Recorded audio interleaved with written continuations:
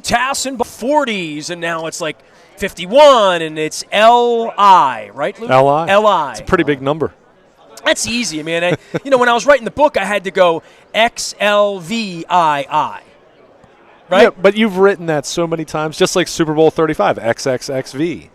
Look, I'm 48 years old. I still don't know Roman numerals. I mean, like, in Really? a way. I like Roman numerals. Like, if you said Nobody to me, likes write 63 in Roman numerals, I'd be like, I have no idea how to do that.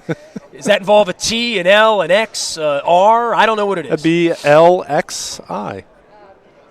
Or LXIII. You don't even know. You're just It would making be that up. LXIII. Would you bet your life on that? 63. Yeah. Because you've studied Roman numerals. Look numerals. it up. That's what it is. I used to say I have Roman hands and Russian fingers, but, that'd be politically incorrect these days. BJ Ganem is here. He is a pal of ours from the Wounded Warriors and the amputees. And I could show your prosthetic thing here. Sure. I'm an amputee, too. That's right. That revelation was this made is to his you foot. by me. Our friend Paul Mittermeier also lost his leg in a tragic accident, not in war, but in a, I believe it was a forklift. He played in the soccer game every year. I mean, Sure. It's amazing the spirit you guys have when it comes to, still being an athlete. You were. Well, yeah. I'm an athletic supporter, BJ. You know this, absolutely. Right? But, I think all people have it. They just have to figure out ways to realize it. I think in our lives today in American society, we've tried to make things too easy. And that's where we get all this drama from, right? People are trying to find a crisis of their own to really kind of react to. We've had some crisis in my world, exactly. too. So, I thought I had crisis, and then, and then exactly. my wife weighs 85 pounds and is dying in front of me. Yeah, crisis is all around you if you're looking for it. But incredible stories of perseverance. Absolutely. And, especially in these political times where we're all looking for something that seems like it makes sense to us at this point. Tell everyone your story. So my story with BJ, and Luke, you know this, right? In New York, he came by, and we wound up in a bar at 1 o'clock in the morning. David Letterman was on, right, and he and his wife were on the bar stool next to us because our hotel was attached to the Letterman Theater. And the next thing you know, he and his wife and I are like half in the bag on our 14th beer at 4 in the morning in the hotel lobby. I think I'm still hungover because of you from New York City. Sure. And, you've become part of this experience every year, and you come every year. And give me how you got involved in this game that I think is a pretty famous game because Snoop Dogg has become part of this thing, right? Yeah, so I think that they had the Wounded Warrior amputee football team, which is not associated with the Wounded Warrior Project or something like that. It's its own nonprofit, which just tries to showcase what veterans like myself that have been severely injured from these wars and other amputees still have to offer. And it's a good, fun game. When were you injured? 2004. Wow, it's been 13 years, huh? Yes, it has. Wow. See, I only know you as this sort of evolved dude over the last 4 years. We're Facebook friends. Yeah. You live in Wisconsin, right? I Absolutely. do. Yeah, travel so, around. you see my journey, and I see part of your journey, and children, and wine, all that good stuff. And, I only know I can only imagine in 2005 and 6 and 7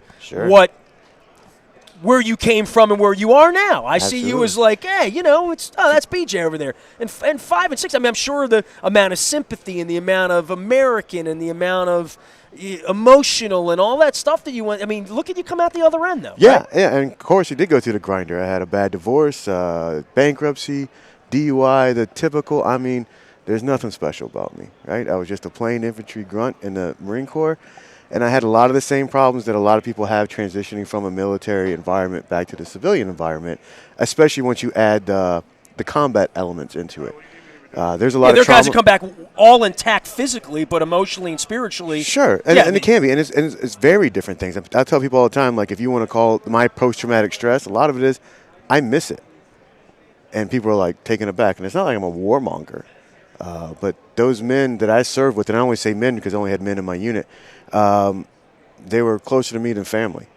And I saw them, 18, 19, 20-year-old kids, getting shot at by bad guys in the midst of civilians, women and children. And these guys had the courage not to shoot back because they knew that they would injure an innocent. Well, look, and it's a great week to talk about politics and talking about putting people in harm's way because we're all now in harm's way based on electing a guy who's clearly in a little over his head. At the very least, he's in over his head. I'll tell you what, I'm not afraid of Trump, I'm not afraid of Hillary Clinton. I'm not afraid of anybody, actually, to be honest with you. I think people have to realize that we've been sold fear, and that only if you buy into that fear will it take over your life. If you want to really overcome this, get with the people that are around your community. Get with the people that are different than you and find out about it. I promise you, you will not be Were you Iraq, Afghanistan? Where were you? Iraq. Right. Okay, so on a human level, you brought this in. I mean, I sit here and talk about sports for a living, and believe me, just 1 hour on Facebook or Twitter, I could get into a fight with anyone on the other side, I've seen it. and not a word that they say makes any sense to me. Any sense to me. Right. And I feel like I've been on the planet a little while. I travel the world. Sure. I've been to poor places, but I haven't been to a place where bombs were going off. I haven't. Right. I have never been in that. So you have, obviously, you've got the scars emotionally. But refugees, these children that are trying to find a place in the world, and to see what the Canadian Prime Minister did, you've seen these children. You've been in these villages, and you can only imagine if these children are now alive 15 years later, right? Yeah, I mean, and it is a complicated issue because the fear that what the terrorists do is they try to attach themselves to the weak to get us in. So bombings, they would strap bombs to kids, send them to checkpoints. I've seen it happen. I've seen what they've done. So we have to have compassion and yet vigilance. And the thing is, we can't give in to fear. So we can't, and we messed up. We messed up in Iraq because we went in there with a stability operation. We went in there to try to shake hands and get to know them. But we also had weapons on us, and we also were scared. So it's more complicated than just banning a certain group of people, which I do not believe in. However, it's going to take each of us. We can't just wait for somebody else to do it. We need to go get to know all the people that are close to us, even if they're different than us, even if we're afraid of them at first. We need to find out about them. We need to make that human connection. The biggest problem I see with veterans transitioning out of the military into our society now is that we are very much a disconnected society. Oh, that's clear. It's clear. Nothing's been more clear than, And we need to we all look at that flag and we all see something different. We all see something different at this point in that flag. And I think that this last few months, and I hope we go in the right direction. And I know you're very attached to the flag, and you come here and do this every year and do the Wounded Warrior Amputee. Yeah. Tell me a little about the football game and with the evolution of this thing and your involvement, because when I see you on my Facebook thread now, I'm like, that's the football guy, right. But I know you got like a whole other gig. But you come here every year to spread a little football, spread a little America, spread a little military, and do a good thing. Yeah, absolutely. So Chris Visser, the guy that started this Wounded Warrior Amputee football team, he saw me on the news 3 days after the bombs went off in Boston. Myself and 4 other wounded guys from the Semper Fi Fund went to Boston, went bedside with all those people, and just wanted to tell them it's going to be okay. One of the victims was from Baltimore. Yep, exactly. Yeah. And they were all there, and we took off our legs. We showed them the pictures. We showed them all the different surgeries that we went through, and then we showed them what we were doing now: snowboarding, racing, swimming, all that stuff. And they all tell us they had a large sense of peace, that things were going to be okay. And even the doctors and the nurses have never seen anything like this. Well, my wife thought she was in peril and could die, and we were looking for people with There Goes My Hero, who I called them astronauts, people that had survived a bone marrow transplant. Right. So, for you being an amputee, being an inspiration to say, here's somebody that's, it's awful. It happened last week, but look at me now 10 years later. You can do this, right? Yeah, especially from a bomb. Yeah, so it's and that's where it comes down to, that human connection. There wasn't some government agency that went in and took care of these people. We decided to do it on our own. And that's what we have to do as a nation. And so Chris Visser saw me on the news, called me, asked me if I liked football. I was like, are you kidding? I played linebacker in high school. If I was 6 foot tall instead of 5'9". Where are you from? What part of Wisconsin? Savannah, Georgia. You're from Savannah, Georgia. Yeah. You're a Southern guy. Yes, sir. See, I see you when I see Wisconsin. Yeah, it's because I've. How'd you wind up there?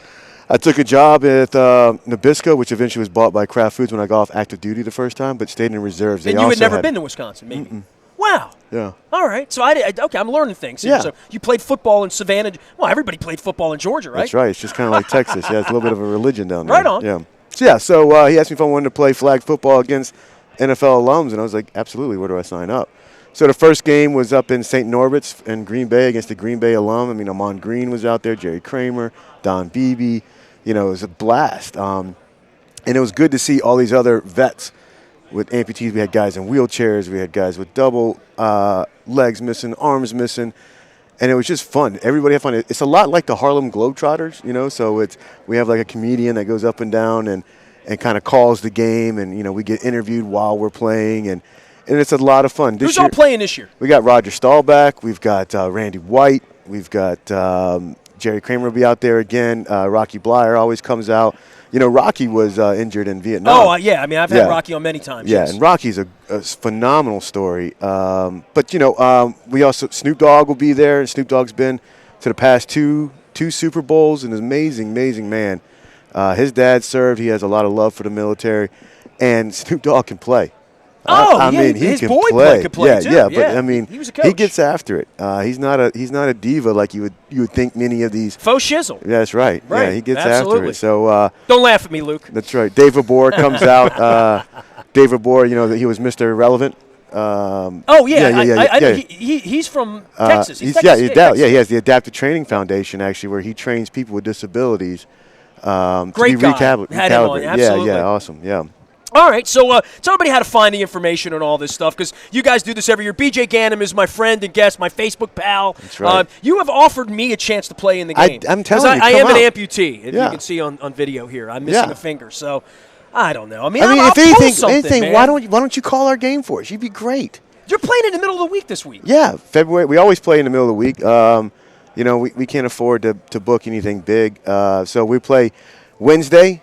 February 1st at Del Mar Stadium. That's 2020 Magnum Road in Houston. You got to get a little Facebook Live going with this so people can watch. And actually, Facebook, the COO of Facebook is going to run it live. Oh, well, okay. Well, there you go. So people can watch it. Yeah. Have some fun. So you should come out and be the voice of it. I think you'd be perfect. Wednesday night. What else you got going on? Nothing. Not a damn thing. Luke, do we have anything Wednesday night? Eating and drinking.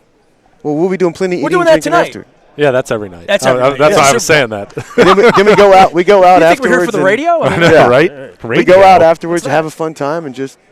All right, man. I think it'll be good. All I think you should do it. The website is wwaft.org. Yeah. www. And that stands for Wounded Warrior Amputee Football Team. Yeah, I did name it. Wounded Warrior Amputee Football Team. There you go. But, and we've got Humana and Blue Buffalo and Ryder. They've all made this possible, donations, so it's completely donor and volunteer driven. And literally, we're doing it just to raise awareness of what we can do still after injury. And whatever money's left over, we give. This year, we're giving it to some Houston injured. Well, you've always done this on the Saturday before the game, right? In the past? It all depends on where we're at. That's a tougher day for me. Like Wednesday night, where's Del Mar Stadium? It's just right down the street. All right. I'm coming. I don't know if I'm going to play or broadcast. I might just chill. At least get him for one game. Make a catch from Roger Staubach. How many people can say they caught All right, pass? I'm in. Roger's a good American citizen as well. Good naval. Great story about him. When we played a game in Dallas, he was there and he was our quarterback, and he had tweaked his calf a little bit, and his passes were saying a little high. And he's not getting any younger. Right? Yeah. And so None of the whole day he was so mad at himself because he wasn't as accurate as he wanted to be. I saw him like a year and a half later in San Francisco at the Super Bowl at the Hall of Fame breakfast, and he came up to me and goes, I want you to know my calf is better. And if we get together again, I'll be on target this time. I'm like, you're Roger Staubach. You don't need to be on target. You know what I mean? So, but he's a great guy, cares a lot. Everybody that does. They come out here, they give their time. And Roger was in Baltimore a couple weeks ago because of the Army-Navy game. Oh, yeah. And so, but for the men and women that come out, we have women that are amputees as well from these wars. I mean, there are a lot of women out there serving. It means the world to them to be on the same field as the NFL legends. It's I can't put it into words. You just have to kind of see it. The energy is phenomenal, and we have a blast. And hopefully we put on a pretty good show. He is BJ Ganem, and you can find him at wwaft.org, or you can find him probably drinking beer with me and Luke at some point this week because it's happened before. It's true. It's kind of how we met. Late at night. I had Bryant McKinney, big left tackle, who won a Super Bowl with us, and sense of humor. kind of got himself thrown off the team, doing some crazy stuff down in D.C. Okay. What was her name? Sweet Pea? Sweet Pea. Sweet Sweet Pea. Pea. Yeah, you can Google Sweet Pea. Okay. And Brian. And I thought of Brian the other night because I was watching Serena and Venus play, and he's friends with them, right? Yeah. And you know, Bryant was the cruise director on the Love Boat in Minnesota. Yeah. So, you know, Bryant has a checkered past. And we had Bryant at Super Bowl in New York and when I met you. And I said to him, he said, so we were in a club, you know, and I'm like, nothing good happens after midnight in a club. Right. He's like, I've met a lot of good people in bars after midnight. So I met him in a bar after midnight. There you It's go. true. There we go. Right. It was It absolutely does true. happen. It does happen. Yeah. So wwaft.org is the way to find BJ. And if you want to learn more about me, it's bjganem.com. Very simple. It's a very simple game, as That's right. Coach Ekman would say. Luke, you're still here, right? I'm still here. Got anything you want to say? Or he's over surfing all the highlights from the Royal Rumble. Yeah, Royal Rumble. Right. Look, he's. Yeah. You know he was. It's exactly what he was reading You about. knew the name. Royal So Rumble. the WWE is still going on, huh? Absolutely. Yeah. Don't say that to him. You guys are jerks. He's pissed at me because I made him watch the Pro Bowl. Yeah, I had to watch the Pro Bowl instead of the Royal Rumble. Tell me which one is fake. You Both, can find right? you can find anything you miss in the Buy a Toyota Audio Vault 24 hours a day from anywhere in the world on your mobile device by downloading the TuneIn Radio app. We do come in crystal clear. Morning newspaper ships to your email inbox 7 a.m. every morning. It's all brought to you by Planet Fitness and planetfitness.com. Last but never least, breaking news. Orioles do something. Ravens Terps. You'll get it first on the WNST text service. I get it right here on my phone. You can too. It's all brought to you by Coons Ford Security Boulevard. Dennis Kolatzos will be here on Thursday driving you home, getting you ready for the weekend, giving Luke and I a little respite. Bar opens at 3 on Thursday. That is, 2. That's 2 Central.